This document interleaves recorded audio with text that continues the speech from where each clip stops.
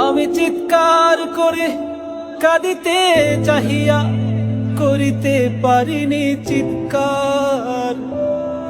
আমি চিৎকার করে কোনোদিন একটা মানুষকে আমি সরি ছাড়া তর্ক করি নাই ভাইজান। তা আমার এই 8 বছরের মাসুম একটা বাচ্চা কি অপরাধ? আমি এই কলজাটা ছাড়া আমি থাকবো কেমনি? আমার এই বাচ্চাটা আমি ঘরে ঢোকার আগে ফ্রিজের মধ্যে আমার জন্য শরবত বানায় রাখে। আমার বড় মেয়ে না, আমার ছোট মেয়ে, 8 বছরের মেয়ে।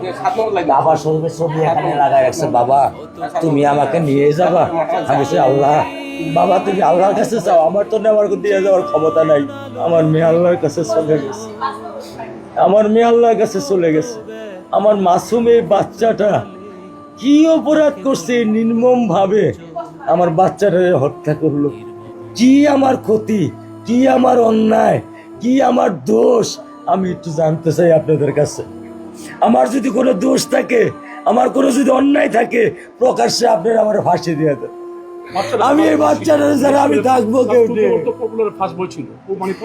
আমি কেমনি আমার এই কলজা টুকরা ছাড়া আমি থাকবো? আমার পক্ষে সম্ভব না। দিনে ও 50 থেকে 100টা কল দেয় আমারে, বাবা তুমি কখন আসবা, বাবা তুমি কখন আসবা, বাবা তুমি কখন আসবা। 8টা বছর আমি আমার বুকেরাই ঘরে ঘুম পাড়াইছি। আমি আজকে আমি কার সাথে ঘুম আসবো?